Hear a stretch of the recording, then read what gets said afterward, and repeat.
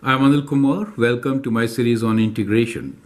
The best way is to go through some questions from previous test papers. So here is question number 3 from one of my students' test paper, IB question paper it is.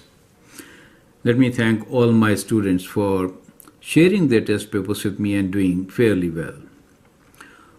We'll actually have two related questions based on the integral of 1 over 2x plus 3. Let's look into 3a first. It is find integral of 1 over 2x plus 3.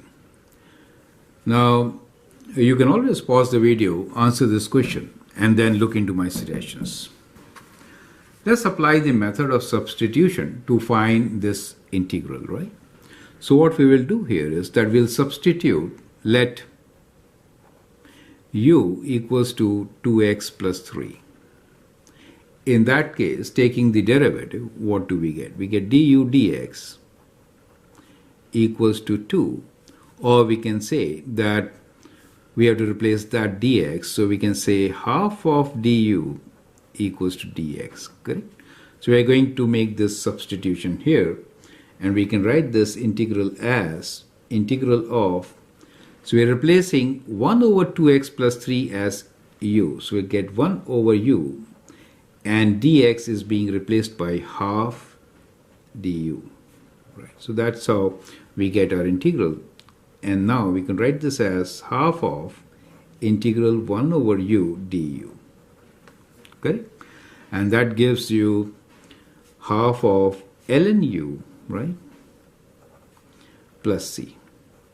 So that becomes the integral, and now we can replace u with 2x plus 3. So what we get here is half of ln 2x plus 3 plus c as our answer. Is that clear?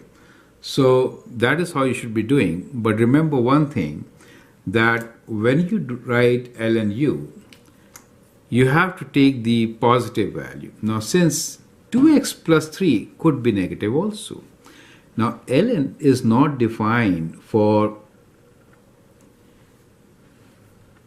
less than 0 or even equal to 0. So we have to take its positive value. So that is very important to write. So that is not to be missed. Correct? So the actual answer should be ln absolute value of 2x plus 3 half, right? So that's kind of important to understand. Since 2x plus 3 could actually take any value.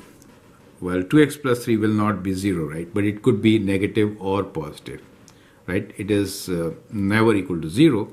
So that is what you should be writing as your answer, right? I hope that makes sense. Kind of important to understand. So let me put a star here, since I've seen many students missing on absolute value. So the integral of 1 over u is basically ln absolute value of u, correct? 2x plus 3 plus c. We're going to use this to solve part B, which is, given that definite integral from 0 to 3 of 1 over 2x plus 3 dx is ln square root p. Find the value of p, right? So we can write this as ln square root p is now given to us as equal to the definite integral from 0 to 3 of 1 over 2x plus 3 dx. Well, we just found what this is. It is basically equal to half of ln absolute value of 2x plus 3. Now we are given the limits, lower 0, upper 3. So now we can calculate. So ln square root p can be written as half ln p, and here we have what? We have half, let's put brackets, ln absolute value of 2 times 3 plus 3 minus ln absolute value of 2 times 0 plus 3. Correct?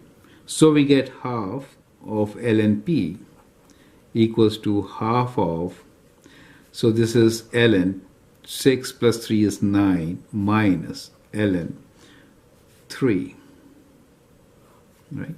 We can cancel this half and half. So what do you get? We get ln p equals to, well, when it is written like this, you can always say it is ln 9 over 3 using the properties, which is ln 3.